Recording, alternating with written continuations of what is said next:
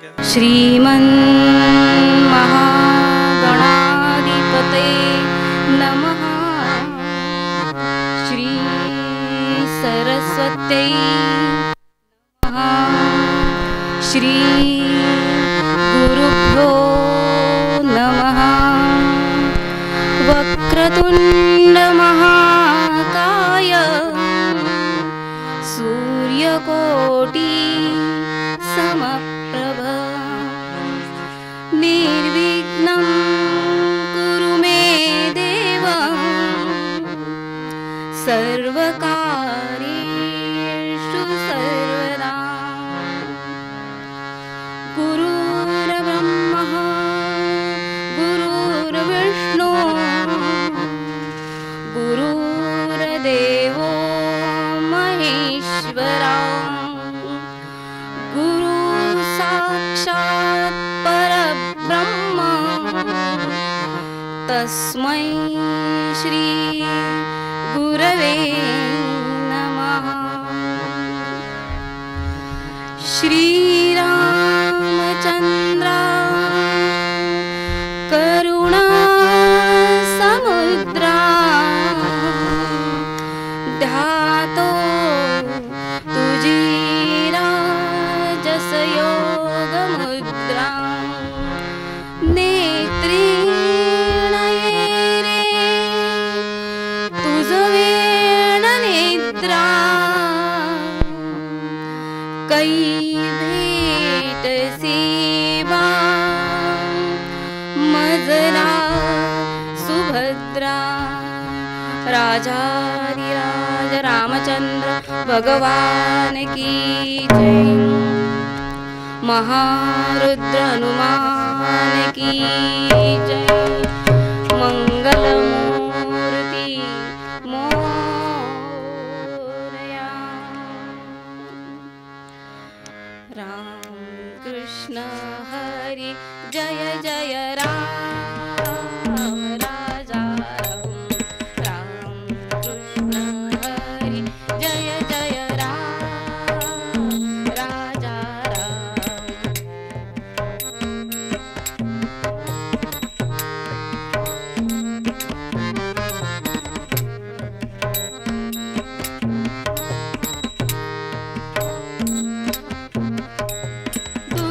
दुर्वासो लोक दुःख विमोचक। दुर्वासो लोक दुःख विमोचक। दुर्जन संगम हारी राजा राम। दुर्जन संगम हारी राजा राम। राम कृष्ण हरि जय जय राम। राजा राम। राम कृष्ण हरि जय जय राम। राजा राम।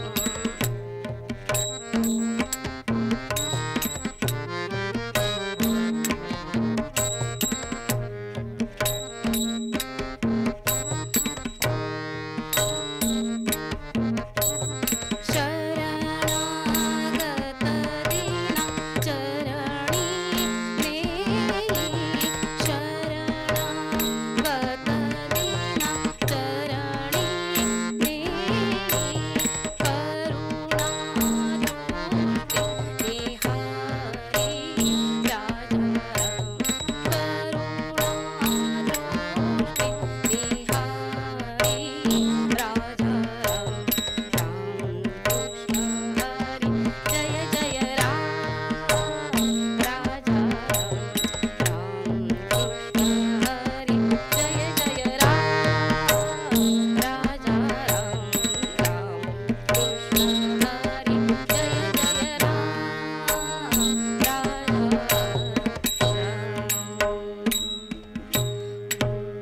बाळकृष्ण चरणी लक्ष लागो दे। बाळकृष्ण चरणी लक्ष लागो दे। कीर्तन संगी रंगात देह वावो दे। कीर्तन संगी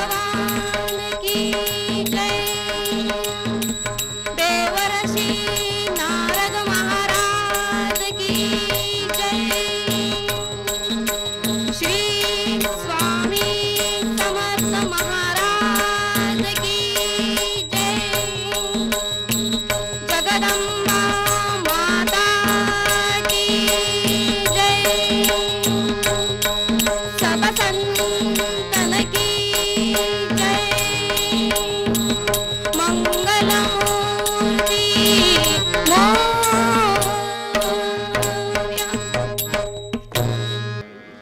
शरण शरण जी हनुमंता, तुझ आलो रामदूता, तुझ आलो रामदूता। शरण शरण जी हनुमंता, शरण शरण जी हनुमंता।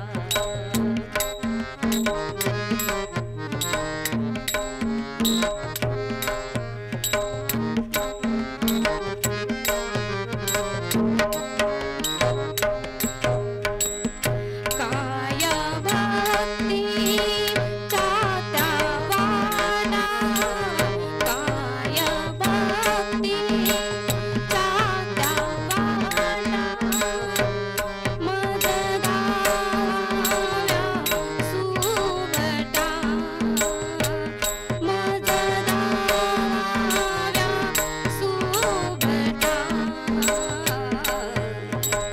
शरण शरण जी हनुमंता, शरण शरण जी हनुमंता।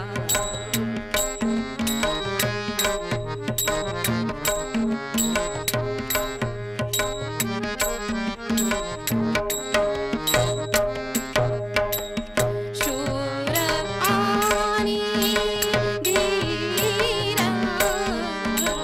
शूर आणि धीर, स्वामी काजी तू सार, स्वामी काजी तू सार। शरण शरण जी हनुमंता, शरण शरण जी हनुमंता।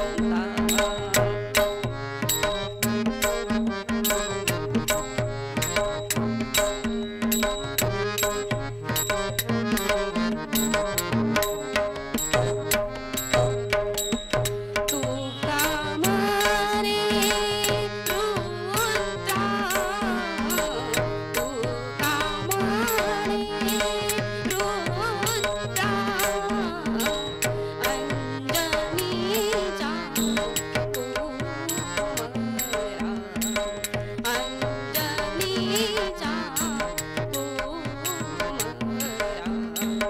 शरण शरण जी हनुमंता, शरण शरण जी हनुमंता, शरण शरण जी हनुमंता, हनुमंता।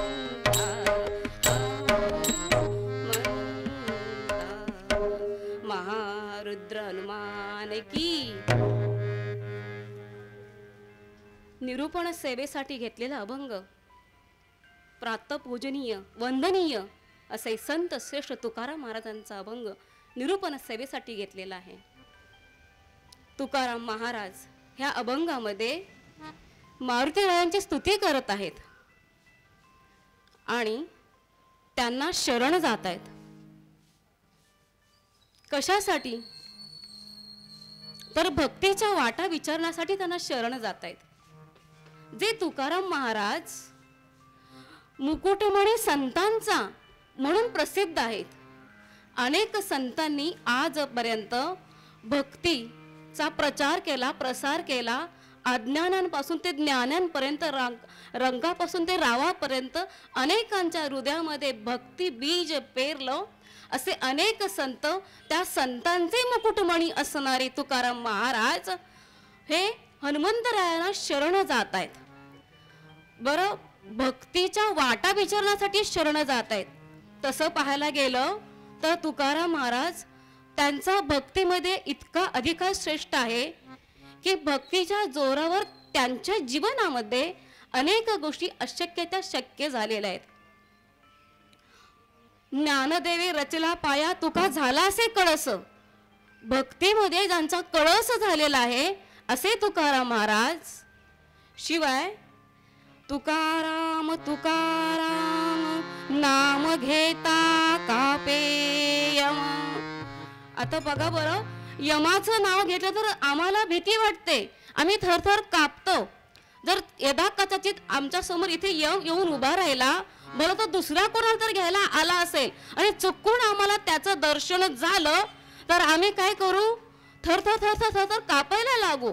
पण तुकाराम तुकाराम नाम घेता कापे यम, एवढा अधिकार तुकाराम महाराजांचा आहे की त्यांचं नाम घेताना यम थरथर कापतो. आणि एवढा अधिकार त्यांचा असून सुद्धा हे तुकाराम महाराज हनुमंतरायांना शरण जात आहेत. का बरं? आणि जाऊन काय विचारतायत? काय भक्तीच्या त्या वाटा मज दावाव्या सुभटा. शरण जाऊन त्यांना विचारतात काय तर भक्तीच्या वाटा विचारतायत. का शरण जातात ते? कारण त्यांना माहितीये हनुमंतराया काय आहेत. मनोजवं मारुततुल्य वेगं जितेन्द्रियं बुद्धिमतां वरिष्ठं वातात्मजं वानरयूथमुख्यं श्रीरामदूतं शरणं प्रपद्ये. महारुद्र हनुमान की जय जयकार मोठ्यानी होऊ द्या. महारुद्र हनुमान की. म्हणजे शेजारी पाजारी कळलं की जन्मोत्सव चालू आणि येतील हो जन्मापर्यंत सगळे, निदान प्रसादाला तर येतील. महारुद्र हनुमान की. तर मारुतीराय काय आहेत? मनोज, मनाच्या वेगाने धावणार आहेत, शूर आहेत, वीर आहेत, बलशाली आहेत, इंद्रियावर त्यांचं नियंत्रण आहे आणि सतत आपल्या प्रभूच्या चरणी लीन आहेत. असे त्यांच्याकडे अनेक सद्गुण आहेत आणि त्या सद्गुणांच्या जीवावरती ते स्वामीची नेहमी सतत सेवा करत असतात. म्हणून त्यांना तुकाराम महाराज शरण आलेले आहेत. आणि तसं पाहायला गेलं तर हनुमंतराय हे पूर्णपणे भगवंताच्या चरणी लीन होऊन बसलेले असतात. एवढं त्यांच्याकडे भक्ती, सगळं काय आहे, शूर आहेत, वीर आहेत, धीर आहेत, सगळं काय आहे, तरी त्यांच्या चेहऱ्यावर, त्यांच्या कुठे देहबोलीवर, त्यांच्या चरित्रामध्ये कुठेतरी अहंकाराचा एखादा प्रसंग आपल्याला दिसलाय का? मग असं कसं तुम्हाला हे जमतं की असं काय आहे की कुठलीही भक्तीची वाट आहे की एवढं सगळं असून तुम्ही प्रभूंच्या चरणी लीन होऊन बसलेले आहात? आपण केव्हाही पाहिलं तर ते प्रभूंच्या चरणी असं शेजारी उभे राहिलेलं कधी हनुमंत दिसलेत का आपल्याला? ते त्यांच्या चरणी लीन होऊनच बसलेले आहेत. म्हणून तुकाराम महाराजांना शरण जात आहेत. त्याला सुभटा म्हणतात. कारण सुभटा म्हणजे काय? काय भक्तीच्या त्या वाटा मज दावाव्या सुभटा. आधी भक्तीच्या वाटा विचारतायत की तुमच्या अंगी एवढी लीनता कशी काय, नम्रता कशी काय, काय त्या भक्तीच्या वाटा सांगा बरं. तसं तर भक्तीच्या वाटा, त्या भक्तीच्या मध्ये 9 प्रकारच्या पायऱ्या आहेत बघा. एक श्लोक आहे, श्रवणं कीर्तनं विष्णू स्मरणं पादसेवनं अर्चनं वंदनं दास्यं सख्यं आत्मनिवेदनं. गोपाल कृष्ण भगवान. ह्या 9 पायऱ्या आहेत भक्तीच्या. आणि हनुमंतांचं चरित्र पाहिल्यानंतर आपल्याला असं दिसतंय ह्या 9च्या 9 पायऱ्या त्यांनी त्यांच्या जीवनामध्ये यशस्वीरित्या पार केलेल्या आहेत. कारण ह्या 9 पायऱ्या श्रवण कीर्तन ज्या काय आहेत ना, त्या आत्मनिवेदन पर्यंत सगळ्या पायऱ्या त्यांच्या जीवनामध्ये झालेल्या आहेत. काय भक्तीच्या त्या वाटा मज दावाव्या सुभटा. सुभटा का म्हणते त्यांना? कारण ते शूर आहेत, वीर आहेत. सुभटा म्हणजे काय की हजारो सैनिकाबरोबर लढणं त्याला सुबटा म्हणतात. आणि हनुमंतराय हे लंकेत जाऊन त्या हजारो सैनिकांबरोबर लढलेले आहेत. लंकेत जाताना आणि लंकेतून येताना सीतामातेचा शोध करत असताना हनुमंतरायांना ज्या ज्या प्रसंगाला सामोरे जावं लागलं त्या सर्व प्रसंगाचं कथन स्वतःच्या मुखाने प्रभू रामरायांच्या समोर त्यांनी कथन नाही केलं, तर जो काय अनुभव आला, ज्या काय प्रसंगाला सामोरे गेले त्या प्रसंगाचं वर्णन त्यांनी जांबुवंतांना सांगितलं होतं. आणि जांबुवंत हे प्रभू रामरायांना ह्या सर्व प्रसंगाचं कथन करत आहेत. प्रभू रामराया एका उच्च शिलेवर बसले आहेत. हनुमंतराय त्यांच्या चरणाशी हात जोडून बसलेले आहेत आणि जांबुवंत त्या एक एक प्रसंगाचं असं वर्णन करतायत. आणि प्रभू रामराया आपल्या संपूर्ण देहाचे कान करून तो प्रसंग ऐकतायत. आणि प्रसंग ऐकत असताना रामरायांच्या अश्रूंना आवर घालता येत नव्हता. आणि त्यांनी प्रभू रामरायांनी हनुमंतांकडे बघितलं आणि म्हणाले, हनुमंता काय रे, एवढं झेललंस तू माझ्यासाठी? अरे कुठे फेडू मी तुझे उपकार? आणि त्यांच्या नेत्रातून ज्या अश्रूंच्या धारा वाहत होत्या त्या अश्रूंच्या धारा कुठे पडत होत्या? चरणाशी बसलेल्या हनुमंतरायांच्या मस्तकावरती त्या अश्रूंच्या धारा पडत होत्या. आणि मनामध्ये हनुमंतरायांना आनंद झाला. क्षणभर असं वाटलं की हा, मी आता आपल्या प्रभूंच्या सेवेसाठी पात्र ठरलेलो आहे. आणि दुसऱ्या क्षणी लगेच त्यांच्या मनामध्ये विचार आला की अहंकाराचा वारा न लगो राजसा, माझी या विष्णुदासा भाविकासी. मला अहंकाराचा वारा नको म्हणून लगेच ते काय केले, प्रभू रामरायाच्या चरणी शरण आले आणि म्हणाले, मला वाचवा प्रभू, मला वाचवा. प्रभू म्हणाले, अरे असं काय म्हणतोस? अरे तुझ्या शूरतेची, वीरतेची स्तुती मी ऐकतोय आणि तुझी स्तुती करतोय आणि तू एवढा शूर आहे, वीर आहे आणि तुला काय वाचवायचंय? असं काय संकट आलंय? तर म्हणे, मला अहंकाराची बाधा व्हायला नको आणि तुमच्या चरणापासून मी दूर जायला नको, यासाठी मला वाचवा. आणि दृश्य कसं आहे की प्रभू रामराया हे जे का ऐकतात जांबुवंतांच्या मुखातून हनुमंतरायांची स्तुती आणि त्यांच्या नेत्रातून अश्रू येत आहेत, ते अश्रू पडतात हनुमंतांच्या मस्तकावरती.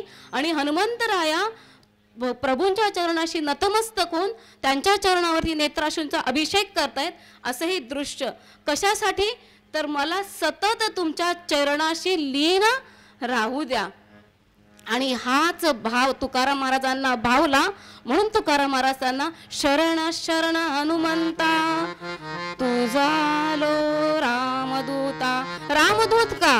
तर प्रभू रामरायांचा निरोप सीतामातेला दिला, सीतामातेचा निरोप प्रभू रामरायांना दिला, प्रभू रामरायांचा निरोप भरता भैयांना दिला आणि भरतांचा निरोप रामरायांना दिला. त्यामुळे ते रामदूत. आणि तुझ आलो रामदूता, काय भक्तीच्या त्या वाटा मज दावाव्या सुभटा. तू सुभटा, सुभटा म्हणजे हजारो सैनिकांबरोबर लढणारा तू सुभट आहेस. अशा काय त्या भक्तीच्या वाटा आहेत? कारण ते लंकेमध्ये गेल्यानंतर जेव्हा लंकेमध्ये जात असताना लंकेतील ती लंकिनी जी होती ना, तर तिने काय सांगितलं होतं हनुमंतांना की हनुमंता तू लंकेत प्रवेश करतोयस बरं, पण एक लक्षात ठेव, लंका ही काय आहे? मोहमाया सगळा जाळ पसरलेला आहे आणि मोहमायाच्या जाळामध्ये, ह्या जाळीमध्ये तू अडकू नको.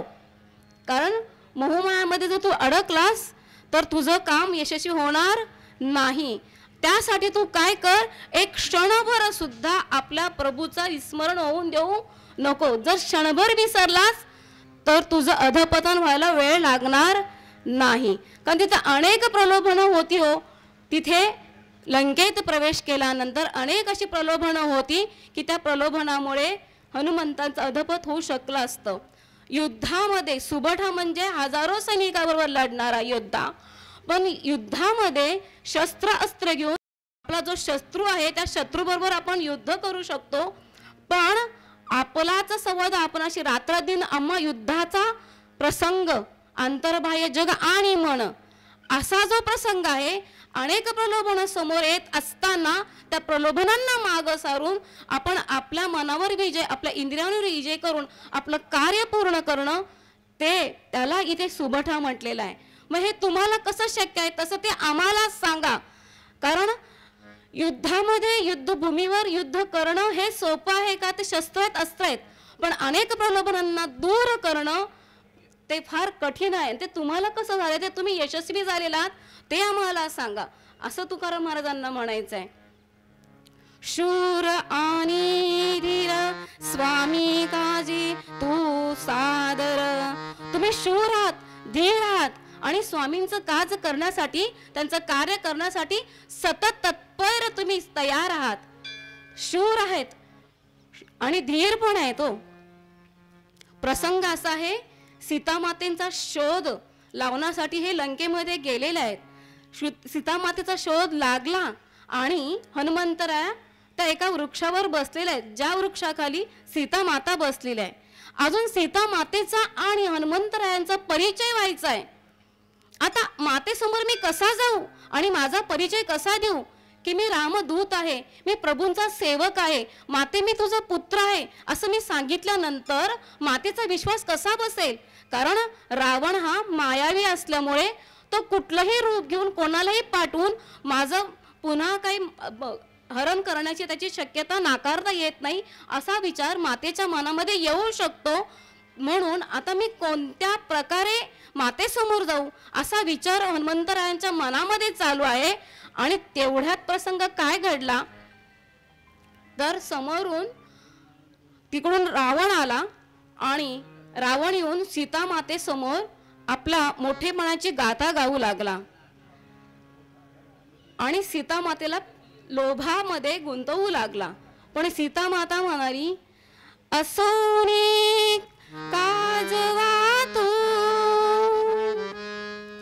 असोनी काजवा तू, सूर्याची काय बरोबरी करीशी, बलशाली तरी तू, बलशाली तरी तू, वृत्ती चोरल बाड कशी, रामा रामा रामा हरे हरे रामा, रामा रामा रामा रघुत्तमा रामा. अरे तू तर काजवा आहेस आणि माझ्या बलशाली पती बरोबर, सूर्यासारखा तेजस्वी असलेल्या पती बरोबर काय बरोबरी करतोस? असं म्हटल्यानंतर रावणाला क्रोध आला आणि क्रोधापायी, त्या क्रोधापोटी रावण सीतामातेला मारायला निघाला. आणि त्याची पत्नी जी मंदोदरी होती तिने त्या रावणाला थांबवलं. पण मनामध्ये आलेला क्रोध हा कुठे घालवणार? रावण म्हणाला, बऱ्या बोलाने 2 महिन्यामध्ये माझ्याशी विवाह करण्यासाठी तयार हो, नाही तर माझे आचारी तुझी खांडोळी करून मला भोजन द्यायला मागे पाहणार नाहीत. आणि हा सगळा प्रसंग वृक्षावर बसून हनुमंतराय ऐकतायत, पाहतायत. शूर आहेत, वीर आहेत आणि आता हा सगळा प्रसंग त्यांना सहन होत नाहीये, पण तरी त्यांच्यामध्ये धीरता आहे. कारण त्यांना माहिती आहे आपण शूर असलो, वीर असलो तरी या क्षणी ही योग्य वेळ नाही आहे की मी आता जावं आणि सीते मातेचा साठी आपण तिथे रावणाशी 2 हात करावेत. तर ही योग्य वेळ नाही, कारण अजून आपल्याला लंकेतील कोणत्याही गोष्टीचा अंदाज नाही. लंकेतल्या कोणत्याही गोष्टीचा अंदाज नाही. ते नाही शिवाय सीता मातेची आणि माझी सुद्धा ओळख नाहीये, तिने सुद्धा माझ्यावर विश्वास ठेवला पाहिजे.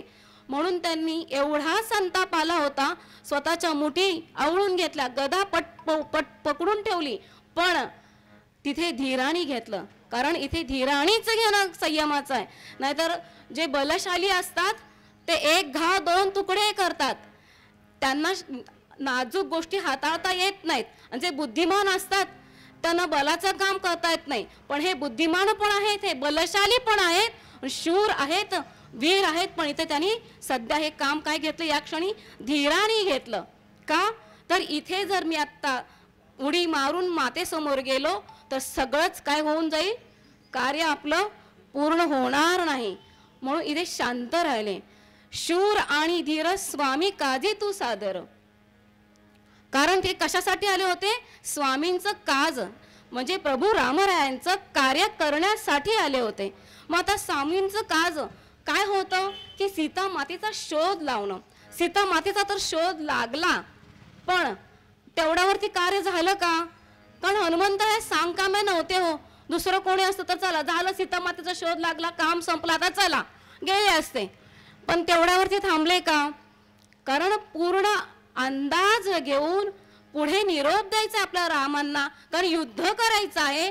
म्हणून त्यांनी काय केलं, योग्य वेळी सीतामातेची भेट घेतली. सीतामातेला पटवून दिलं की मी तुमचा सेवक आहे, मी तुमच्या शोधासाठी आलेलो आहे आणि प्रभू रामरायांनी मला पाठवलेलं आहे. आणि सीतामातेंना पण त्यांचा विश्वास बसला. आता झालं, काम इथे संपलं नाही. मग इथून पुढे काय केलं तर त्या वनामध्ये जी काही वृक्ष होती त्यांची तिथे तोडजोड केली, फळांची तोड केली, वृक्षांची तोड केली, नासधूस केली. आणि हा प्रकार कोणाला कळला, रावणाला कळला. मग रावणापर्यंत पोहोचायचं होतं म्हणून ही सगळी क्रिया केली. आणि रावणाच्या सभेमध्ये गेल्यानंतर की एवढी नासधूस केली एका वानरांनी, म्हणून त्याला पाहण्यासाठी संपूर्ण लंकेतील नगरीतील लोक जमली होती. आणि तिथे गेल्यानंतर त्याला विचारलं, कोण आहेस तू, कुठून आलायस, तुझा परिचय सांग. तर परिचय देताना यांनी काय परिचय द्यावा, बुद्धिमताम वरिष्ठम, काय परिचय दिला? म्हणाले, मी प्रभू रामरायांच्या हजारो सैनिकांमधील एक साधा सामान्य सेवक आहे. मी एक साधा सामान्य सेवक आहे आणि माझ्यापेक्षा बलशाली अजून हजारो सेवक आहेत. हे जेव्हा ऐकलं तेव्हा लंकेतील प्रजेची मनाची जी धारणा आहे ते मनाचं खच्चीकरण झालं. आणि ती प्रजा घाबरली की यांनी एवढी नासधूस केली, एवढे हजारो सैनिकांशी हा युद्ध केलाय आणि हा स्वतःला सामान्य सेवक म्हणतोय, म्हटल्यानंतर बाकीचे काय बलशाली असतील. म्हणून त्या लोकांचं मनाचं खच्चीकरण झालं. एवढंच नाही तर मंत्री जे होते रावणाचे, त्या मंत्र्यांमध्ये पण फूट केली. विभीषणासकट 6 मंत्री त्या रावणापासून विभक्त केले. अशा अनेक गोष्टी करून स्वामींचं कार्य केलं. कारण जेणेकरून युद्धाला येताना पूर्व जी काय आपल्याला तिथली माहिती आहे त्या सर्व गोष्टींचा अंदाज आपल्याला पाहिजे. आणि तो अंदाज घेतला आणि आपल्या प्रभूंकडे आले. मग तुकाराम महाराज शेवटच्या चरणामध्ये म्हणतात, तुका म्हणे रुद्रा अंजनीच्या कुमरा. तुकाराम महाराज म्हणतात, अरे तू रुद्रा का आहेस, अंजनीचा कुमारा? तर अंजनी मातेने तपसाधना केली आणि प्रत्यक्ष भगवान शंकरांनी 11वा रुद्र म्हणून तिच्या पोटी जन्म घेतला, म्हणून तू रुद्र आहेस. तर अशा या रुद्राला, या हनुमंताला तुकाराम महाराज शरण जातात का? तर त्यांना भक्तीच्या वाटा हव्यात म्हणून. तर पूर्वरंगामध्ये हेच तुकाराम महाराज सांगतायत की भक्ती करणं सोपं आहे, भक्ती मार्गात येणं सोपं आहे, पण भक्ती मार्गात टिकणं, भक्ती मार्गातून जाणं सोपं आहे, पण भक्ती मार्गात टिकणं हे फार कठीण आहे. तिथं तोच टिकतो ज्याचा भाव निष्ठावंत भाव, भक्ताचा स्वधर्म निर्धार वर्म चुको नये. ज्याचा भाव निष्ठावंत आहे तोच या भक्ती मार्गामध्ये टिकू शकतो. म्हणून तुकाराम महाराज पूर्वरंग पदामध्ये हनुमंतरायाला विचारतायत, शरण शरण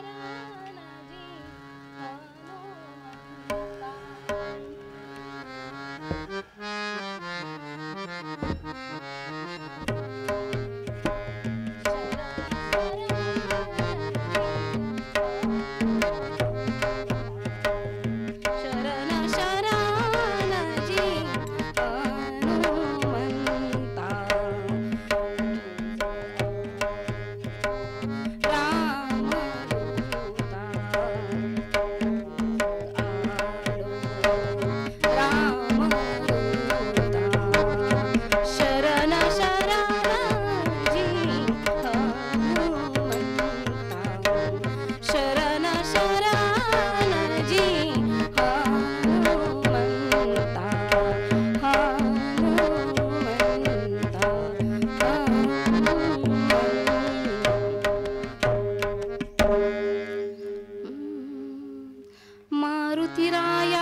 बल भीमा द्यामजला भजनी प्रेमा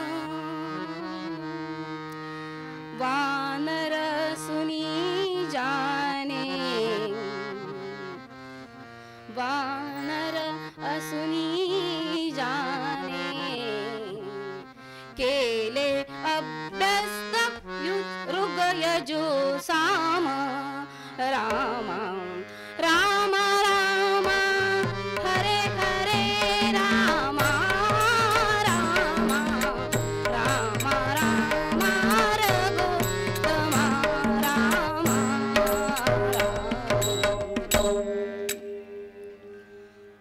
सुग्रीव सैन्य नायक वीरेश्वर एक केसरी नाम. सुग्रीवाच्या सेनेमध्ये एक वीर शूर असा केसरी नावाचा सेनापती होता. वानर असून सुद्धा त्याने ऋग्वेद, यजुर्वेद आणि सामवेद ह्या वेदांचा अभ्यास केलेला होता. विद्वान होता आणि त्याची स्त्री अंजनी, त्याची स्त्री अंजनी सुकुमारी सुंदरी पती प्राणा, ती ऋषमुख शैली, ती ऋषमुख शैली आराधी शंकर जगत्राणा. त्याची स्त्री म्हणजे पत्नी अंजनी ही सुंदर आहे, नाजूक आहे आणि पतीची अतिशय प्रिय आहे. ह्या अंजनीची एक इच्छा आहे की तिला एक असा पुत्र हवा आहे की पुत्र व्हावा ऐसा गुंडा, तिन्ही लोकी लाविल झेंडा. असा पुत्र व्हावा की तिन्ही लोकांमध्ये त्याचा झेंडा. पण कशाचा झेंडा? पुरे एकची पुत्र, पुत्र माय पोटी, पुरे एकची पुत्र, पुत्र माय पोटी. नाम स्मरण उत्तरे पुरे कोटी कोटी, नाम स्मरण उत्तरे पुरे कोटी कोटी. पुरे एकची पुत्र, पुत्र माय पोटी, पुरे एकची पुत्र, पुत्र माय पोटी, पुत्र माय पोटी. कशाचा झेंडा लावावा त्यांनी? तर भक्तीचा, शूरवीरतेचा झेंडा लावा असा पुत्र तिला हवा आहे. मग असा पुत्र हवा आहे म्हणून त्या अंजनीनी आपल्या पतीकडे परवानगी मागितली. म्हणाली की मला ऋषमुख पर्वतावरती जाऊन तपस साधना करायची आहे. मला असा बलशाली शूर वीर आणि भगवंताची सेवा करणारा, त्याच्या चरणाचे लीन असणारा असा पराक्रमी आणि भक्त असणारा पुत्र मला हवा आहे. आणि त्यासाठी मला पर्वतावरती जाऊन एकांत स्थानी साधना करायची आहे, अनुष्ठान करायचं आहे, आपण मला परवानगी द्यावी. आता पाहायला गेलं तर हा केसरी शूर आहे, वीर आहे, शिवाय विद्वानही आहे, वेदांचा अभ्यास केलेला आहे. दुसरा एखादा सेनापती असता तर म्हणाला असता आमच्याकडे काही कमी शूरत्व आहे, आमच्याकडे काय कमी विद्वत्ता आहे आणि आमच्यापासून होणारी संतान शुद्ध बीजा पोटी फळे रसाळ गोमटी असंच राहणार ना. मग आमच्यापेक्षा होणारी संतती ही अजून ती उपदत जास्तच त्याची कलागुणांनी असणार, भक्तीनी असणार. आणि वेगळं असून सुद्धा, एवढं असून सुद्धा तुम्हाला वनात जाऊन तपस साधना करण्याची काय गरज आहे? काय करायचं असं यज्ञ याग होम हवन घरात करा, आम्ही तुम्हाला वाटेल तेवढे धन पुरवू, असं अजून एखादा सेनापती म्हटला असता. पण हा असा बोलला नाही, कारण केसरी त्याला माहिती होतं की माझी पत्नी जी काय तिने अपेक्षा केलेली आहे त्या अपेक्षेला, तिच्या साधनेला, तिच्या उपासनेला आपण पाठिंबा दिला पाहिजे. आणि त्याची पत्नी त्याच्यासाठी प्रिय होती म्हणून त्यांनी परवानगी दिली. आणि ऋषमुख पर्वतावर ही अंजनी तपस साधनेला बसली. हरा हरा महादेवा पार्वती वल्लभ सदाशिवा म्हणा. हरा हरा महादेवा पार्वती वल्लभ सदाशिवा.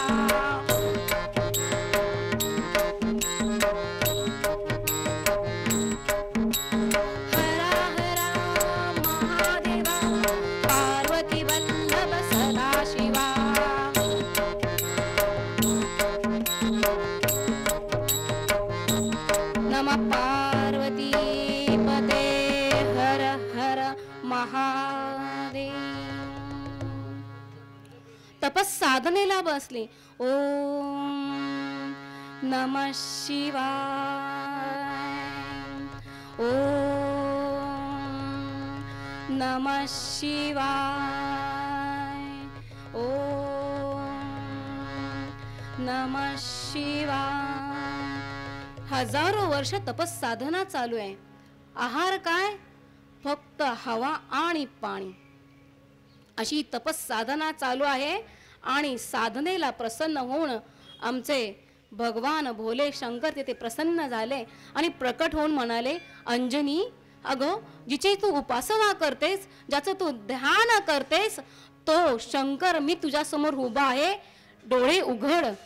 नेत्रे उघडून अंजनी पाहे प्रभु ते करी त्वरा पाणी.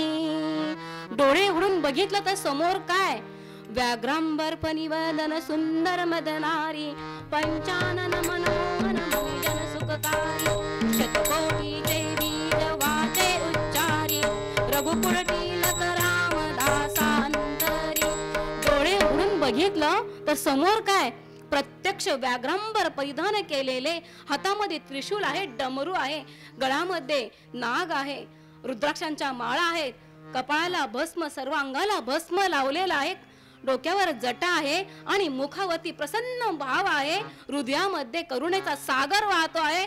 अशी ही प्रसन्न मुद्रा पाहिली आणि त्यांच्या चरणाशी शरण जाऊन कैलास राणा शिवचंद्रमौळी फणींद्र माता भ्रुकुटी झळाळी कारुण्य सिंधू भवदुःखहारी तुझ वीण शंभो मज कोण तारी.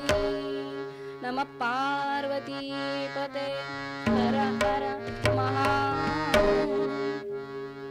शरण आली आणि नमस्कार, तिला आनंद झाला हो प्रभूंना बघून आणि चरणाशी नतमस्तक झाली आणि चरणांवरती आनंदाश्रू, प्रभू शंकरांच्या चरणावरती आनंदाश्रू वाहू लागल्या. शंकरांना, भगवान शंकरांना आधीच जलप्रिय आणि त्यातून त्यांच्या चरणावर ह्या अंजनीच्या नेत्रातून अश्रू वाहतायत म्हटल्यानंतर अधिकच ते प्रसन्न झाले आणि म्हणाले, अंजनी तुला काय वर हवं ते मागून घे. तेव्हा अंजनी म्हणते, सद्गुणशाली अक्षय, सद्गुणशाली अक्षय, दृढतनु सुत दे मला महादेवा. रविकुल मंडन सीतापतीची, रविकुल मंडन सीतापतीची, त्याला घडो सदा सेवा. असा सद्गुणशाली अक्षय दृढतनु असलेला मला पुत्र हवाय आणि त्याच्याकडून रविकुल मंडन प्रभू रामरायाची सीता मातेची सेवा घडो असा मला पुत्र हवाय. आणि भगवंत म्हणाले, तथास्तु, पण काही दिवस अजून तुला इथेच बसावं लागेल. पण कसं बसणार? स्वये घेईन मी तुझ्या पोटी जन्मा, स्वये घेईन मी तुझ्या पोटी जन्मा. रामाचा सांगल्या महिमा, राम नामाचा सांगल्या महिमा. बैस येथे पसरवून ओंजळीला, बैस येथे पसरवून ओंजळीला.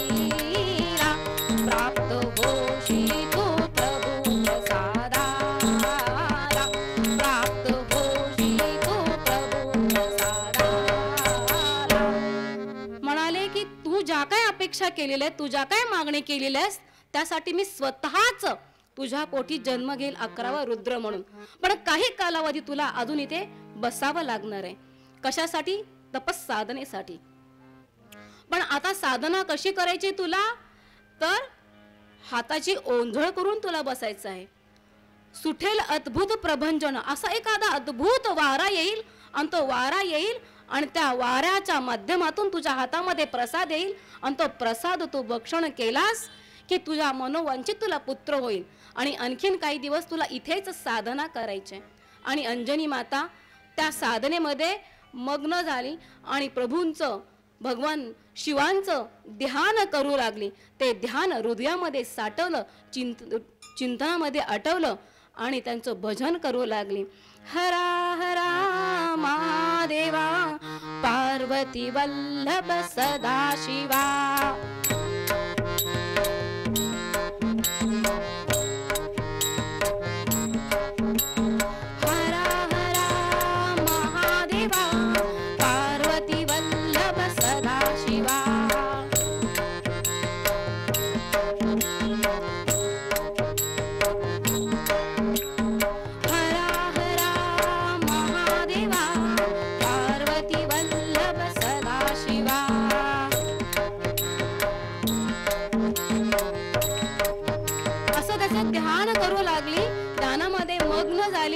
आणि इकडे अयोध्येचा राजा दशरथ त्यांनी शरयू नदीच्या तीरी एक भव्य दिव्य मंडप तयार केलेला आहे. आणि तिथे यज्ञ, कोणता यज्ञ? तर पुत्र कामिष्टी यज्ञ. आणि त्या यज्ञासाठी, त्या यज्ञ उत्सवासाठी मोठमोठे ऋषी तपी बोलवलेले आहेत, तपस्वी बोलवले आहेत. त्यामध्ये ऋषशृंग ऋषींना प्रमुख आचार्य म्हणून त्यांच्या शुद्ध पवित्र वाणीतून मंत्रोच्चार जेव्हा झाले तेव्हा तो यज्ञ संपन्न झाला आणि यज्ञ नारायण प्रकट झाला. यज्ञ नारायण प्रकट झाला आणि सुवर्ण कांती असलेला यज्ञ नारायण हातामध्ये सुवर्ण पात्र घेऊन राजा दशरथासमोर आला आणि राजाला तो प्रसाद देता झाला. दशरथा दशरथा घे पाय सदा पाय सदा. दशरथा घे पाय सदा पाय सदा. तुझ्या यज्ञी मी प्रकट झालो, हा माझा सन्मान. सन्मान दशरथा हे पाय सदा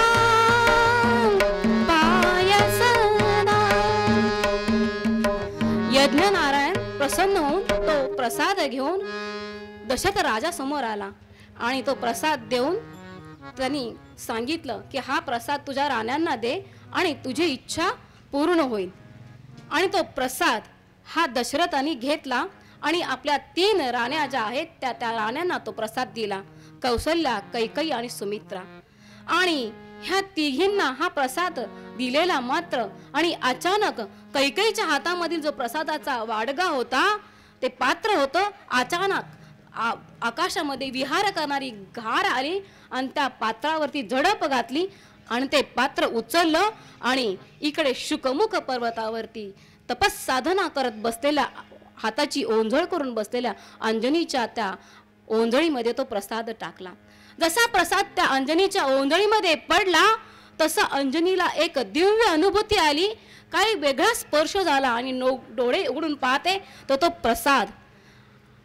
आणि तो प्रसाद अंजनीने भक्षण केला, घरी आली आणि करता करता चैत्र महिना अंजनीला त्या प्रसादापासून जे काय तिचा मनोवांछित इच्छा होती त्या पद्धतीने तिला गर्भधारणा झाली. आणि करता करता तिचे डोहाळे म्हणजे ध्यानाला बसावं आणि रामरायाचं ध्यान करावं, रामांचा जप करावं असे तिला डोहाळे करता करता 9 महिने पूर्ण झाले आणि चैत्र महिना हा उगवला. चैत्र महिन्याच्या दिवशी अंजनीला प्रसूतीच्या वेदना सुरू झाल्या. पहाटेच्या वेळी अंजनी प्रसूतीगृहामध्ये गेलेली आहे आणि त्यावेळी सूर्योदयाच्या वेळी पहाटेच्या वेळेस आनंदी वातावरण झालेलं आहे सर्वत्र. आणि त्याच वेळेस अंजनीच्या तपासाठी महारुद्र आले ओटी. अंजनीच्या तपासाठी महारुद्र आले ओटी.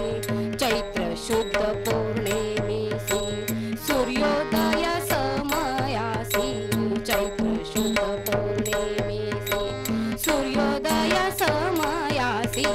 अंजनीच्या तपासाठी महारुद्र आले ओटी. अंजनीच्या तपासाठी महारुद्र आले ओटी. महारुद्र प्रकटले मम मने म्या वंदिले. महारुद्र प्रकटले मम मने म्या वंदिले. अंजनीच्या तपासाठी महारुद्र आले ओटी. अंजनीच्या तपासाठी महारुद्र आले ओटी. महारुद्र आले ओटी. महारुद्र आले. महारुद्र हनुमान की. महारुद्र हनुमान की. अंजनीने जे काही तपस्साधना केली त्या तपस्साधनेच्या कृपेने, भगवान शंकरांच्या कृपेने अंजनीच्या उदरी महारुद्र प्रकट झाले. आणि त्याच हनुमंतांचा आज आपण जन्मोत्सव साजरा केलेला आहे. आणि त्या हनुमंतांना तुकाराम महाराज विचारतायत की काय तुम्ही एवढं श्रेष्ठ आहात, त्या भक्तीच्या वाटा आम्हाला सांगा जेणेकरून आम्ही सुद्धा जन्माला आलेलो आहोत. तर नुसतंच जन्म आमचा आला प्राणी जन्मासी आला, झाला वाढला तोर झाला, केला व्यापही सर्व केला आणि गेला बापुडा व्यर्थ गेला. असा आमचा जन्म वाया जायला नको. तुम्ही ज्या भक्तीच्या वाटेने गेलेला आहात त्यातील वाटा आम्हाला सांगा जेणेकरून त्या वाटांमधून आमचाही जन्माचा सार्थक होईल. म्हणून तुकाराम महाराज हनुमंतांना विचारत आहेत पूर्वरंग पदामध्ये.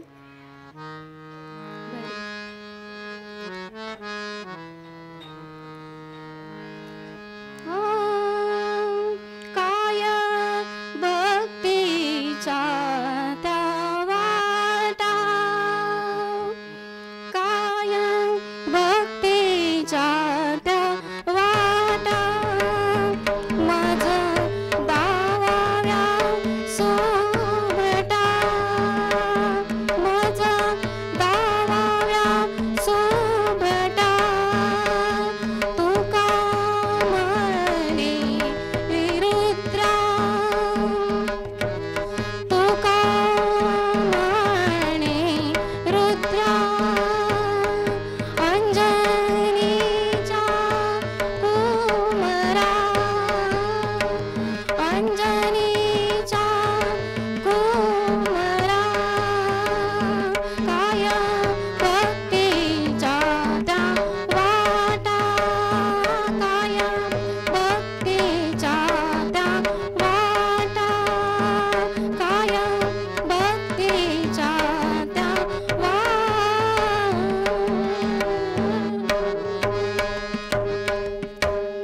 याची दान दे गा देवा तुझा विसरण वावा, विसरण वावा तुझा विसरण वावा.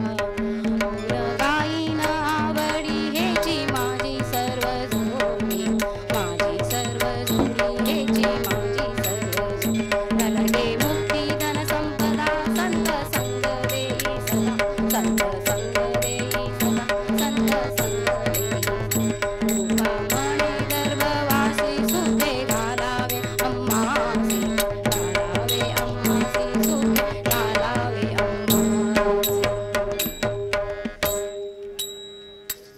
सत्राने उड्डाणे हुंकार बदनी, करळ गोमंड सिंधू जळ गगनी. कळाडिले ब्रह्मांड धाके त्रिभुवनी, सुवर्ण निशाच त्याला वळणी. जय देव जय देव जय श्री हनुमंता, ओ स्वामी हनुमंता तुमचे नी प्रसादे नवे भूतांता. जय देव जय देव तुमले पाताळ उठला प्रतिशब्द, थरथरला धरणीवर मानीला खेळ. कळाडिले पर्वत उड्डगण उच्छेद, रामी रामदासा शक्तीचा शोध. जय देव जय देव जय श्री हनुमंता, स्वामी हनुमंता तुमचे नी प्रसादे नवे कृतांता. जय देव जय देव घरी लोटांगण वंदीन चरण, डोळ्यान पाणी रूप तुझे प्रेमे आलिंगन. अनन्य पूजन भावे ओवाळीन मने नमा. त्वमेव माता पिता त्वमेव, त्वमेव बंधु सखा त्वमेव, त्वमेव विद्या दीनं त्वमेव, त्वमेव सर्व मम देव देव. कायेन वाचा मनसेन्द्रियर्वा बुद्धात्मना प्रकृति स्वभाव. करोमि यत् सकलं परस्मै नारायणाय समर्पयामि. अच्युतं केशवं राम नारायणं कृष्णदामोदरं वसुदेवं. श्रीधरं माधवं गोपिका वल्लभं जानकी नायकं रामचन्द्रं. हरे राम राम राम हरे हरे, हरे कृष्ण कृष्ण कृष्ण हरे हरे. हरे राम राम राम हरे हरे, हरे कृष्ण कृष्ण कृष्ण हरे हरे. पुंडलीक वरदा हरी विठ्ठल, श्री ज्ञानदेव तुकाराम, पंढरीनाथ भगवान की जय. महारुद्र हनुमान उपासनेला दृढ चालवावे, भूदेव संतासी सदा नमावे.